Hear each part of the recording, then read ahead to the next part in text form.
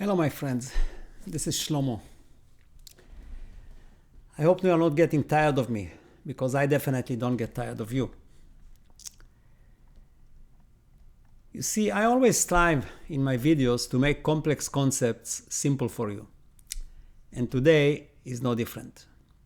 Today, I want to show you how to achieve magic by making it normal. In one of my previous videos, I condensed the whole of reality transurfing into 3 paragraphs. And this video actually became my most popular video. Here, I'm going to condense those 3 paragraphs, yes, you are hearing right, into 3 words. So let me start with the story. There was a flood, and a priest managed to run all the way up to the roof and was looking to be rescued.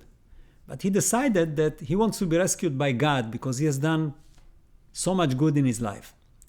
So when different people, boats, airplanes, helicopters, whatever, tried to rescue him, he refused. He said, "No, I want God to rescue me." Well, eventually he drowned.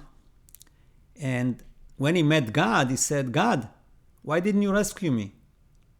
Like, what did I do wrong?" And God said, "Well, I sent all these different people to rescue you, but you refused." So what's the moral of the story?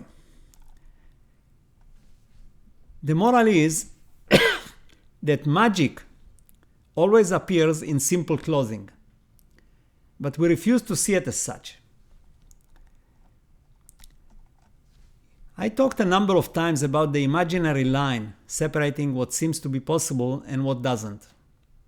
And what I mean is that horizontal line that I drew, where I said that anything that's under that line is perceived as possible by you, and you can do it and achieve it anytime. There's no problem. But anything that's above that line is perceived by you as, call it magic or impossible, and you cannot do it.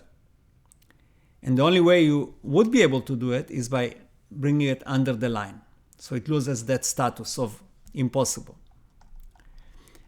Now, there is another imaginary line, and this one separates what is normal and what is magic. And again, like I said, it's imaginary. The truth is, everything is normal and everything is magic. Now, I don't have to tell you that somebody, say, in the 15th century, if they arrived into our reality, everything would be magic, right? So what happened? In this case, time just moved it across that line from magic into ordinary. And to us, it's ordinary. But that applies also to the future, even to the near future, your future, right? Not just the future of humanity. You see, Steve Jobs or Elon Musk did not practice reality transurfing. They probably never heard of it. But they created a lot of magic. I would even say probably more than all reality transurfers combined. Why? Because they did not see the line and just got up and acted on their desires. For example, if I wanted to have a reality where I'm eating ice cream, do I create a slide, visualize it, meditate on it, and then use my plate? I don't think so. I just get up, go in my car, and drive to this ice cream parlor and get some ice cream, right?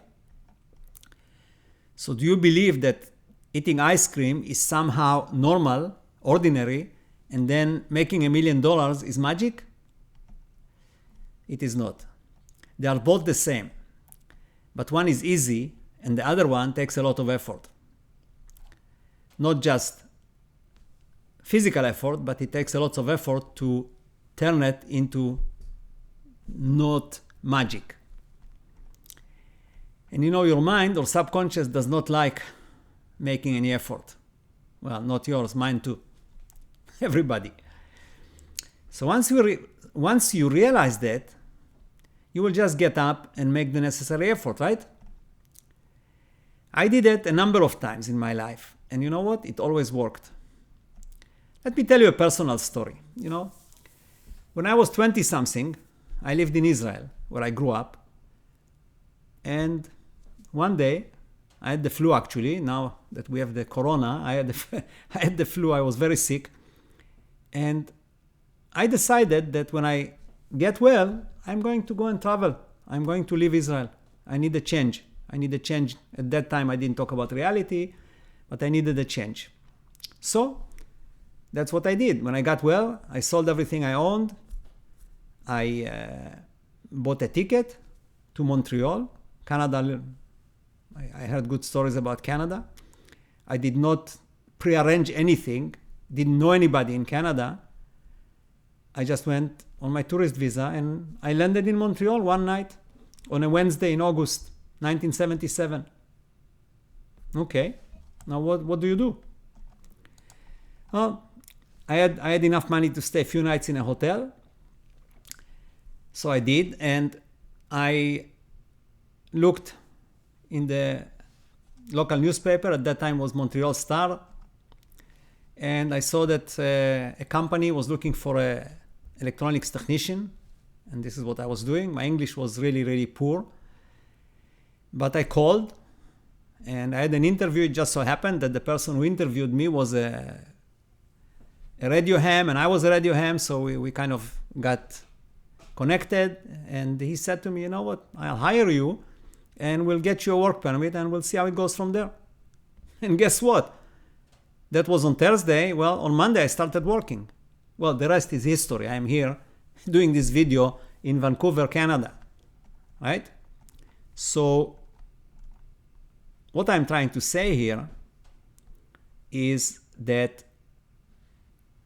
you just have to do it. Because if you don't walk, even God cannot help you. Because God can direct you, but it cannot make you walk, right? You know, all this story about Israel actually transpired probably before Vadim Zeland started high school. So there was no reality transurfing. Now, I promised to distill everything into 3 words, right?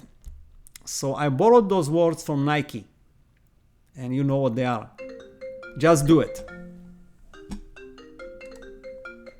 Well, I'm sorry for that, but I'll continue the video because I've done too much already.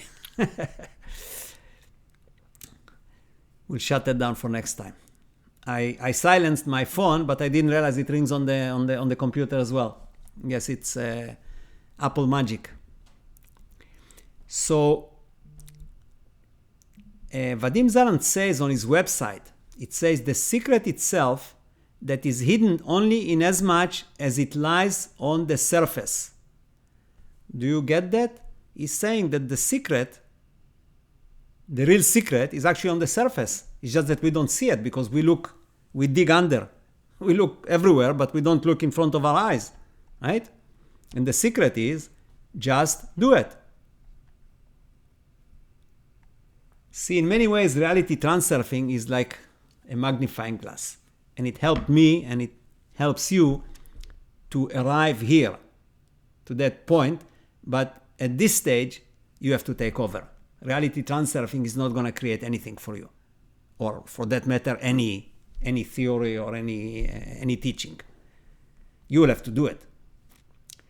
So before I go, here is one word that can change your life, at least in my opinion.